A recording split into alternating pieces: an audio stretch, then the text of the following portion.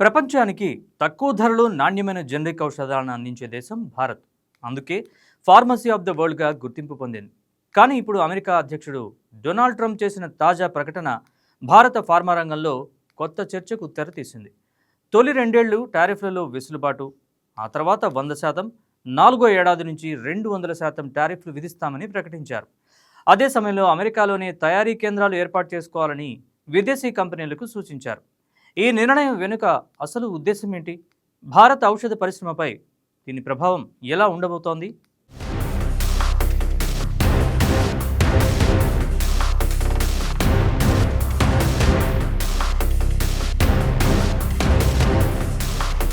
ప్రపంచవ్యాప్తంగా 200కు పైగా దేశాలకు జనరిక్ ఔషధాలు ఎగుమతి చేస్తున్న దేశాల్లో భారత్ అగ్రస్థానంలో ఉంది. క్యాన్సర్, మధుమేహం, రక్తపోటు, గుండె జబ్బులు, అంటువ్యాధులు, మానసిక ఆరోగ్య సమస్యలకు ఉపయోగించే తక్కువ ధర మందుల్లో భారత్ కంపెనీలదే కీలక పాత్ర. అందుకే భారత్ను ప్రపంచ ఫార్మసీగా పిలుస్తారు.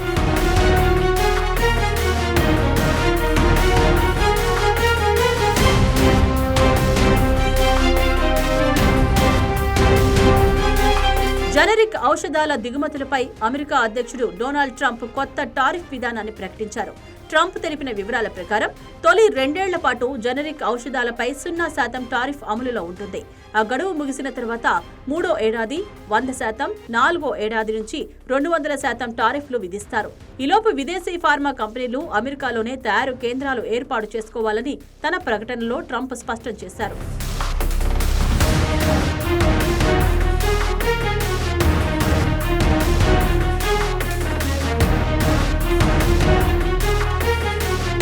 కరోనా మహమ్మారి సమయంలో విదేశీ సరఫరాలపై అధికంగా ఆధారపడటం వల్ల అమెరికా తీవ్ర ఇబ్బందులు ఎదుర్కొంటుందని ట్రంప్ గుర్తు చేశారు. ఇకపై కీలక ఔషధాల తయారీ అమెరికాలోనే జరగాలన్నదే తమ లక్ష్యమన్నారు. నిర్ణీత గడువులోగా ప్లాంట్లు ఏర్పాటు చేయని కంపెనీలపై భారీ టారిఫ్లు ఒక విధమైన జరిమానాగా పనిచేస్తాయని వివరించారు. అయితే పేటెంట్ ఉన్న బ్రాండెడ్, ఇన్నోవేటివ్ ఔషధాలపై ప్రస్తుతం అమల్లో ఉన్న విధానంలో ఎలాంటి మార్పు ఉండదన్నారు.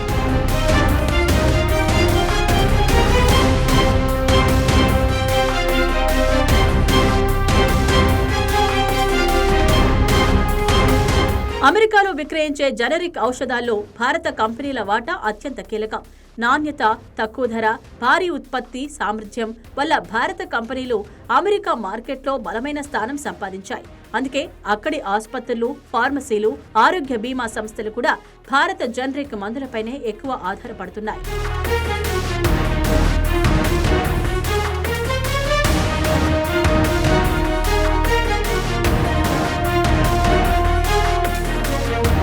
అమెరికా భారత ఫార్మా రంగానికి అతిపెద్ద ఎగుమతి మార్కెట్. 2024-2025లో అమెరికాకు భారత్ $9.7 బిలియన్ విలువైన ఔషధాలను ఎగుమతి చేసింది. ఇది మొత్తంగా భారత్ ఫార్మా ఎగుమతుల్లో 38%. అమెరికాలో వినియోగించే రక్తపోటు, మధుమేహం, క్యాన్సర్, మానసిక ఆరోగ్య సమస్యలకు సంబంధించిన జనరిక్ మందుల్లో భారత కంపెనీల వాటా అత్యంత కీలకం. 2024లో అమెరికాలో వినియోగించిన గర్భనిరోధక మాత్రల్లో దాదాపు 65% గ్లెన్ మార్క్, లూపిన్ తయారు చేసినవేనని నివేదికలు చెబుతున్నాయి.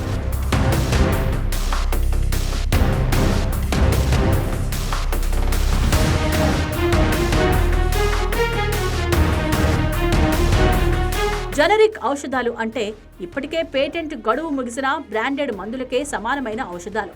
వీటిలో అదే ఔషధ పదార్థం, అదే ప్రభావం ఉంటుంది. కానీ పరిశోధన వ్యయం లేకపోవడంతో ధర చాలా తక్కువగా ఉంటుంది.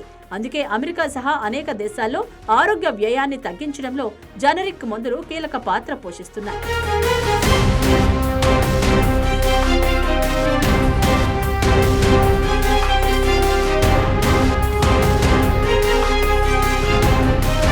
అమెరికాలో వినియోగించే ప్రతి 10 జనరిక్ మాత్రల్లో దాదాపు 4 మాత్రలు భారత్ నుంచే వెళ్తాయి.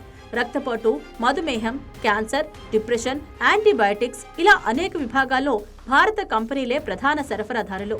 ఒకవేళ భారత కంపెనీల సరఫరాలో అంతరాయం ఏర్పడితే అమెరికాలో మందుల ధరలు పెరిగే ప్రమాదం ఉందని పలువురు ఆరోగ్య నిపుణులు అభిప్రాయపడుతున్నారు.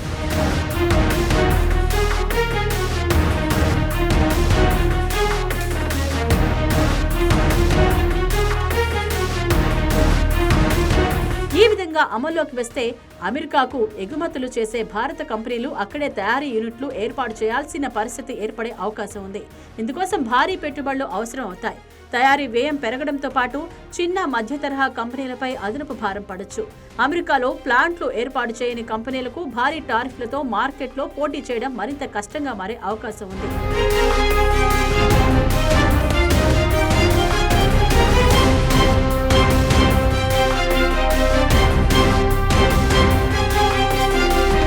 అయితే మరోవైపు అమెరికాలో తయారీ కేంద్రాలు ఏర్పాటు చేసే భారత కంపెనీలకు దీర్ఘకాలంలో ప్రయోజనాలు కూడా ఉండొచ్చు.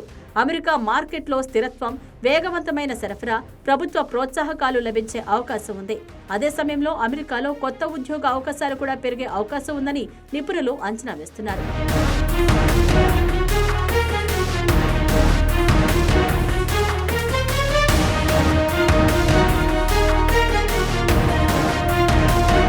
అమెరికాకు భారీగా ఎగుమతులు చేసే భారత ఫార్మా దిగ్గజాలైన సన్ ఫార్మా, డాక్టర్ రెడ్డీస్, సిప్లా, లుపిన్, జైడస్, ఔరోబిందో ఫార్మా, గ్లెన్మార్క్ వంటి కంపెనీలపై ఈ విధానం ప్రభావం చూపే అవకాశం ఉందని పరిశ్రమ వర్గాలు విశ్లేషిస్తున్నాయి.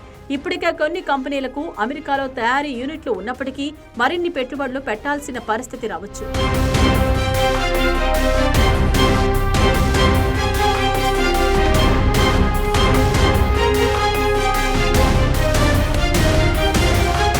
అమెరికాలో ప్లాంట్లు ఏర్పాటు చేయడం అంటే వేల కోట్ల పెట్టుబడి.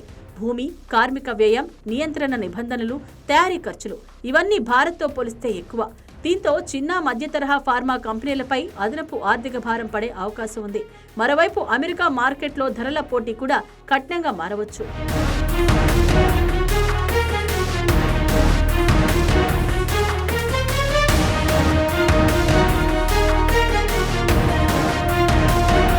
అమెరికాలో తయారీ కేంద్రాలు ఏర్పాటు చేసిన భారత కంపెనీలకు మాత్రం దీర్ఘకాలంలో ప్రయోజనం కలగొచ్చు. అమెరికా మార్కెట్లో మరింత స్థిరత్వం, వేగవంతమైన సరఫరా, ప్రభుత్వ ప్రోత్సాహకాలు లభించే అవకాశం ఉంది. అలాగే అమెరికాలో ఉద్యోగాల కల్పనతో పాటు స్థానిక మార్కెట్లో తమ ఉనికిని మరింత బలోపేతం చేసుకునే అవకాశం ఉంటుంది.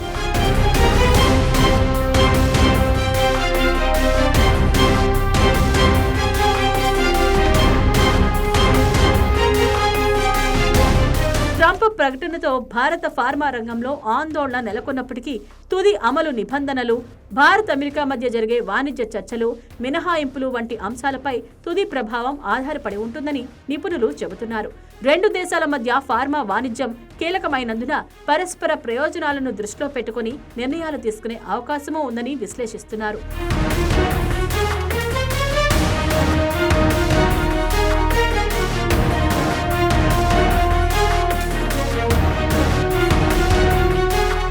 ఈ పరిణామాల నేపథ్యంలో భారత్ అమెరికా మధ్య వాణిజ్య చర్చలు కీలకంగా మారనున్నాయి.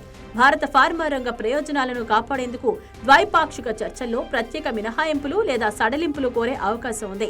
ఇప్పటికే రెండు దేశాల మధ్య వాణిజ్య ఒప్పందాలపై చర్చలు కొనసాగుతున్న నేపథ్యంలో ఈ అంశం కూడా ప్రధాన అజెండాగా మారే అవకాశం ఉందని విశ్లేషకులు చెబుతున్నారు.